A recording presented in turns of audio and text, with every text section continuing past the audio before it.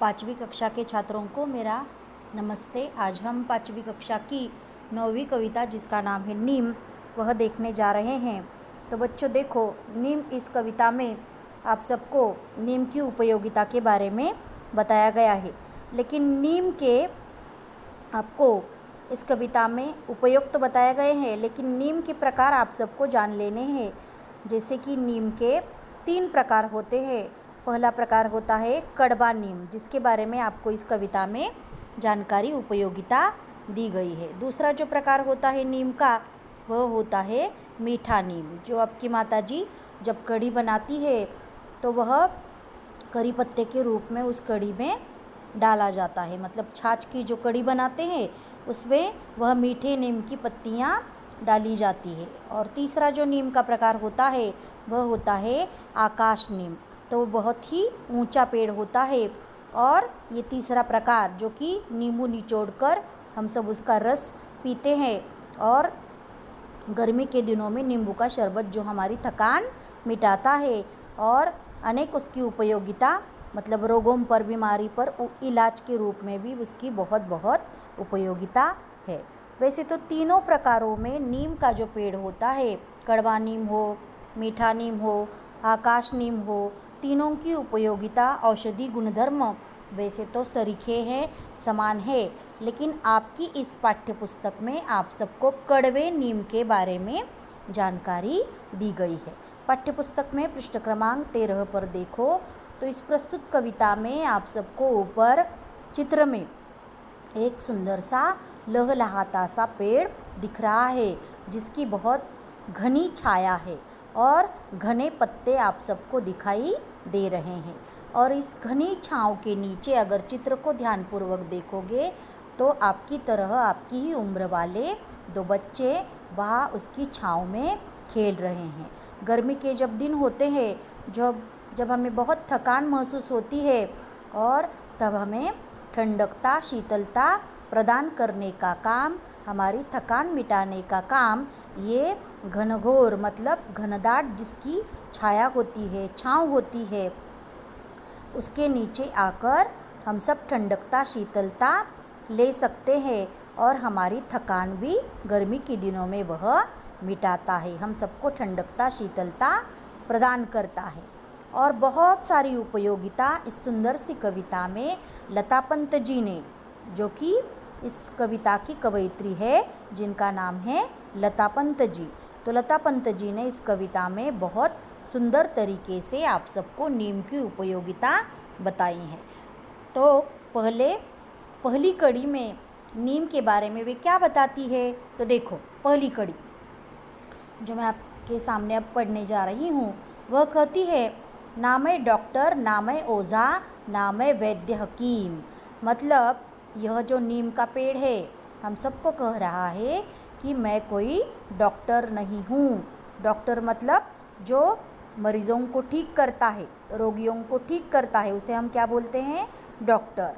और जो वैद्य हकीम होते हैं उन्हें क्या बोला जाता है, मतलब क्या है वैद्य हकीम का, चिकित्सक, जो कि जंगल से अथवा जो औषधि या वन औषधियाँ जो होती है, जड़ी बूटियाँ वगैरह, तो उसे कूट कर, पीस कर उसकी दवाइयाँ, औषधि बनाने वाले जो लोग होते हैं उसे बोला जाता है वैद्य हकीम।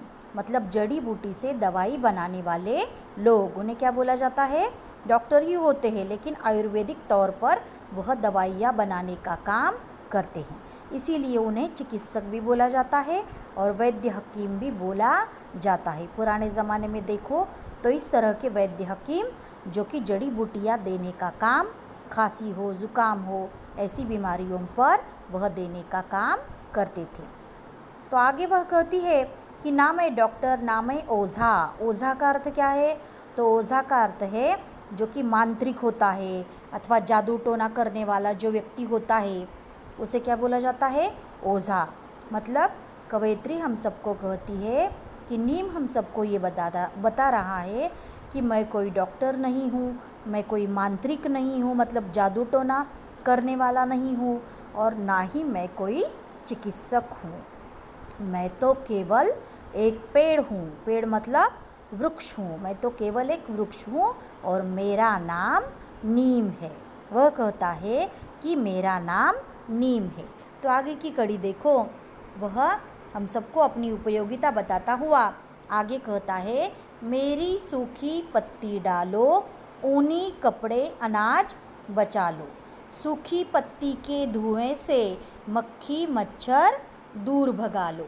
मतलब वह हम सबको कहता है कि मेरी सूखी पत्तियाँ, पत्तियाँ पत्ते पर्ण, मेरी सूखी पत्तियाँ जब तुम ऊनी कपड़ों पर, ऊनी कपड़े किसे बोला जाता है? ऊन, मराठी में जैसे लोकर बोला जाता है, लेकिन ऊनी का अर्थ हिंदी में क्या है? जैसे कि ठंडी के दिनों में हम गर्म कपड़े पहनते हैं, स्वेटर वगैरह, शॉल, तो वह ऊनी कपड़े होते हैं।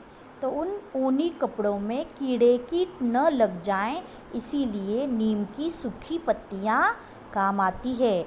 और ऊनी कपड़ों में अगर इन सूखी पत्तियों को रखा जाए तो वह कीड़े कीट नहीं होने देती।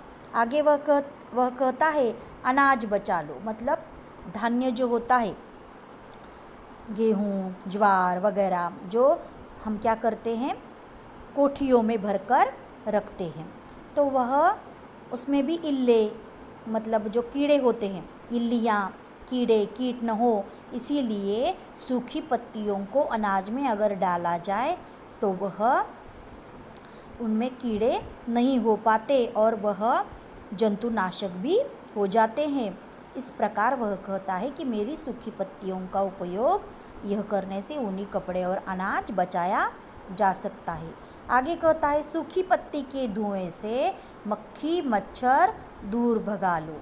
मतलब वह कहता है कि मेरी सूखी पत्तियों को उनका धुआं, मतलब उन्हें जलाया जाए तो उसके धुएं के कारण, सूखी पत्तियों के धुएं के कारण जो आपके घर में देखो, मैं आपको ये बता रही थी कि सूखी पत्तियों को जलाने से उसके धुएं के कारण मक्खी और मच्छर जो कि शाम के समय जब घर में आते हैं वह दूर भगाने का काम यह जो सूखी पत्तियां है वह करती है। देखो आगे की कड़ी में वह हम सबको कहता है कि घनी पत्तियों के कारण शीतल है मेरी छाया, गर्मी और थकान मिटी जो मेरे नीचे आया।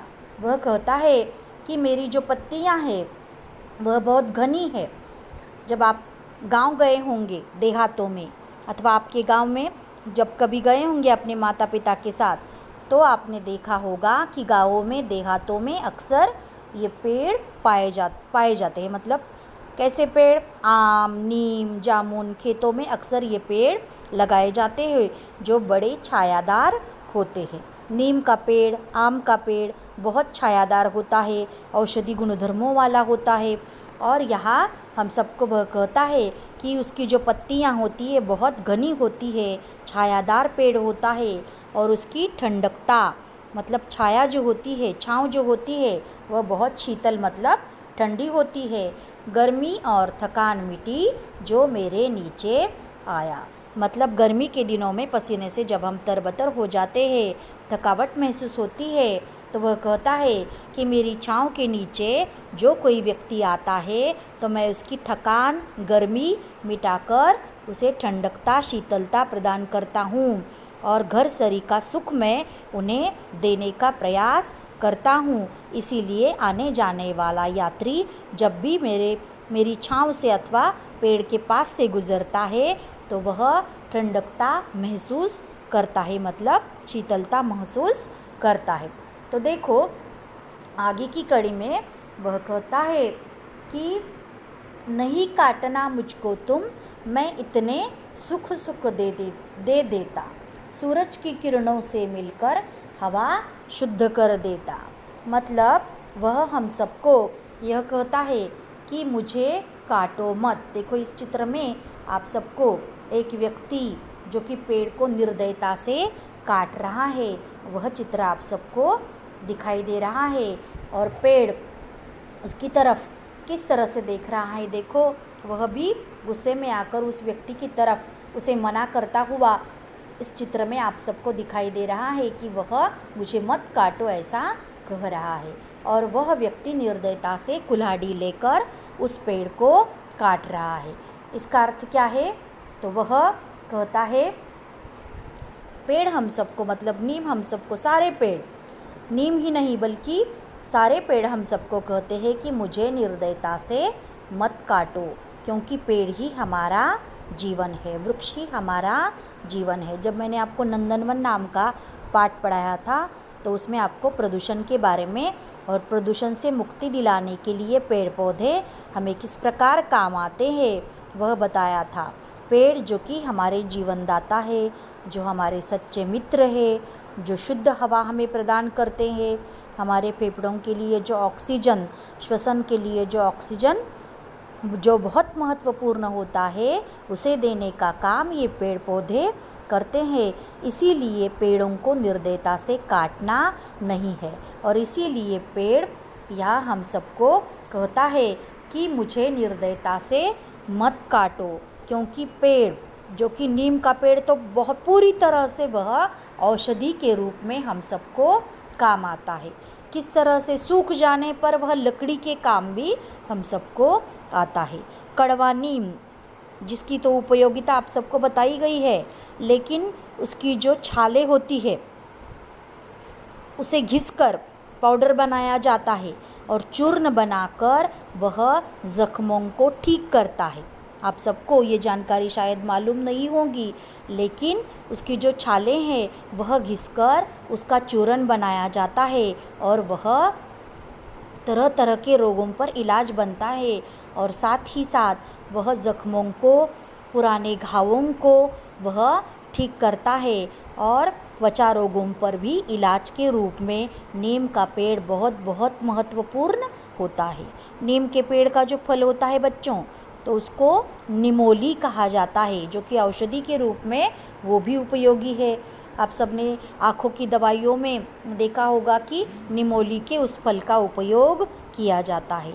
मतलब फल, फूल, पत्तियाँ, इन सब का उपयोग वह करता है। मतलब एक मशीन की तरह पूरा उसका शरीर, एक मशीन जिस प्रकार पूरी तरह से काम देती है, उसी प्रकार से उसकी जड़ें, उसकी टहनियाँ, उसके फल, उसके फूल, उसकी जो मजबूत जड़ें होती है वो भी सूख जाने पर वह लकड़ी के काम वह आती है। लेकिन आप सबको मैं यह बात बता दूं कि ये सदाबहार पेड़ है, ज़्यादातर वे सूखते ही नहीं, कम पानी में भी वह ज़्यादा से ज़्यादा उभरते हैं।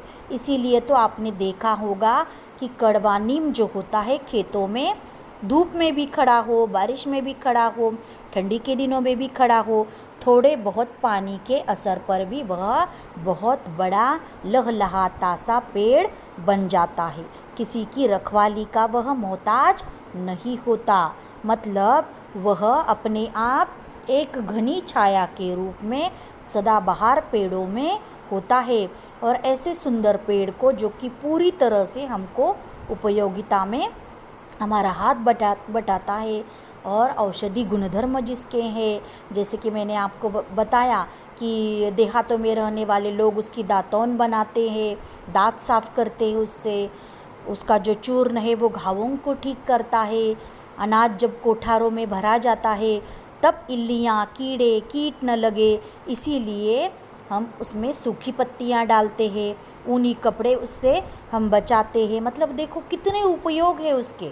उसका हर एक अंग आपने देखा होगा कि पूरा उसका अंग जो है वह रोग नाशक, मतलब बीमारी नाशक उसका यह अंग है। और इसीलिए हमें वह कहता है कि मुझे निर्दयता से तुम्हें काटना नहीं है, बल्कि ऐसे पेड़ों से हमें कुछ सीख कर हमें क्या करना चाहिए, ज़्यादा से ज़्यादा पेड़ लगाने होंगे, जो कि सुबह की जो हवा होती है, सूरज उगते ही जब पहली हवा होती है तो उस हवा से मिलकर वह सूरज के साथ, सूरज की नई रोशनी के साथ एक स्वच्छ सा सूर्य प्रकाश जब आता है तब शुद्ध हवा के झोंकों में वह हवा को रूपांतरित कर देता है और पूरा आसमान मतलब पूरा वातावरण, पूरा पर्यावरण बहुत ही शुद्ध, स्वच्छ और ऑक्सीजन युक्त कर देता है, जो हमारे श्वसन के लिए, श्वास के लिए,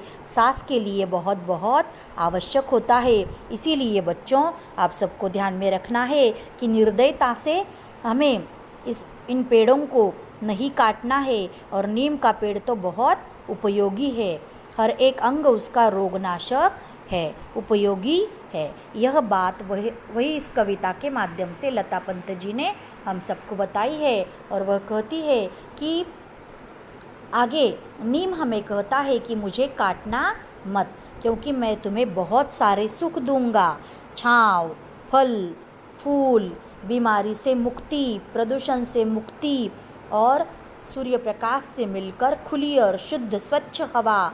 मतलब वह हम सबको एक सच्चे मित्र के तौर पर, हमारा जीवन दाता बनकर, हमारे जीवन का एक सच्चा मित्र बनकर, जीवन दाता बनकर सारे सुख हमें वह देना चाहता है, देता है। इसीलिए वह कहता है कि मुझे काटना मत। मतलब जो निर्दयता से लोगों ने उसे काटा है, जिसके कारण धरती मरुस्थल बनती जा रही है, और इसीलिए हम सबको ये बात समझकर उसे काटना नहीं है। सूरज की किरणों के साथ मिलकर हवा शुद्ध कर देता। मतलब वह कहता है कि सूरज मतलब सूर्य जब उगता है स्वयं स्फूर्त होकर, नई उम्मीद की किरण लेकर, जब स्वयं स्फूर्त ये सूरज नए दिन में नई उम्मीद लेकर हर रोज़ उगता है, आता है, तो सूर्य प्रकाश से इसकी हवाएं मिलकर वह पूरी हवा को वह शुद्ध कर देता है, पूरे आसमंत को वह शुद्ध कर, मतलब वातावरण प्रदूषित नहीं रखता, गंदगी को कम करता है और प्रदूषण को भी वह कम करता है, और ऑक्सीजन की मात्रा ज़्यादा से ज़्यादा बढ़ाकर प्रदूषण से मुक्ति हम सबको दिलाता है। तो देखो आगे लता पंत जी ने हमें ये नीम के बारे में बताया है कि आगे की ये कड़ी है, सूरज तारे धरती चांद की, जब तक चले कहानी, हमेशा सबको सुख देने की है मैंने मन में ठानी। मतलब सूरज मतलब सूर्य, तारे मतलब सितारे, जबकि शाम के समय, संध्या के समय जबकि आप आसमान में देखते होंगे तो आपको ये नज़र आया होगा कि आपको दिखाई पड़ा होगा कि तारे टिमटिमाने वाले, रह रह कर चमकने वाले ये सितारे, तारे जो होते हैं शाम के समय, संध्या के समय वो आसमान में होते हैं, आकाश में होते हैं। और सूरज जो कि सूर्य सुबह हम सबको और सारे जग को उजाला देने के लिए आता है। सूरज, तारे, धरती मतलब पृथ्वी, चांद मतलब चंद्रमा, जब तक इनकी कहानी जब तक चलेगी, मतलब सूरज, तारे, धरती जब तक चांद रहेगा तब तक उनकी कहानी जब तक चलती रहेगी। मतलब ये सूरज, तारे, धरती और चांद ये रहने ही वाले हैं। यह हम सबको अगर रोशनी नहीं देंगे, तारे टिमटिमाएंगे नहीं, तो हम सब कैसे जिएंगे। तो जब तक उनकी कहानी इस दुनिया में चलने वाली है, विश्व में चलने वाली है, तब तक इस पृथ्वी पर चलने वाली है, तब तक मैंने ये मन में ठान लिया है, मतलब निश्चय कर लिया है कि मैं सबको सुख देने का काम करूँगा, सबको यहाँ सुख देने का काम करूँगा। मतलब सबकी उपयोगिता में मैं यहाँ आता ही रहूँगा जब तक सूरज, चंद्रमा और तारे रहेंगे। ठानना का अर्थ क्या है? निश्चय करना। तो देखो बच्चों, इस कविता में आप सबको लता पंत जी ने बहुत सुंदर तरीके से आपको यह बात बताई है कि किस प्रकार ये जाना माना पुरानी परंपरा वाला 100 वर्षों से भी जिसकी बहुत पुरानी परंपरा है, ऐसा ये वृक्ष जो कि लहलहाता सा एक बड़ा सा हरा भरा वृक्ष हम सबको दिखाई देता है, जिसके पत्ते हमेशा हरे भरे होते हैं। सदाबहार पेड़ों में यह पेड़ होता है, छायादार पेड़ होता है। रोगों पर इलाज के रूप में इसकी पत्तियाँ, फल, फूल काम आते हैं, और साथ ही साथ इसकी जो पत्तियाँ हैं वह जलाने पर मक्खी मच्छर भी दूर भाग जाते हैं। इतनी सारी उपयोग वाला ये जो नीम का पेड़ है वह हम सबको वही बात बताता है कि मैं तुम्हें बहुत सुख देने वाला हूँ, बहुत आनंद देने वाला हूँ, तुम्हारे उपयोग में आने वाला हूँ, इसीलिए मुझे तुम निर्दयता से मत काटो। तो बच्चों देखो बच्चों, आपको ये कविता जो 9वीं कविता है नीम, अब ये समझ में आई होंगी, ऐसी मैं आशा करती हूँ। और इसे अब हम लय से गाएंगे। देखो, ना मैं डॉक्टर ना मैं ओझा ना मैं वैद्य हकीम, ना मैं डॉक्टर ना मैं ओझा ना मैं वैद्य हकीम, मैं तो केवल एक पेड़ हूँ, नाम है मेरा नीम, मैं तो केवल एक पेड़ हूँ, नाम है मेरा नीम, मेरी सूखी पत्ती डालो, ऊनी कपड़े अनाज बचा लो, मेरी सूखी पत्ती डालो, ऊनी कपड़े अनाज बचा लो, सूखी पत्ती के धुएं से मक्खी मच्छर दूर भगा लो, सूखी पत्ती के धुएं से मक्खी मच्छर दूर भगा लो, घनी पत्तियों के कारण शीतल है मेरी छाया, घनी पत्तियों के कारण शीतल है मेरी छाया, गर्मी और थकान मिटी जो मेरे नीचे आया, गर्मी और थकान मिटी जो मेरे नीचे आया,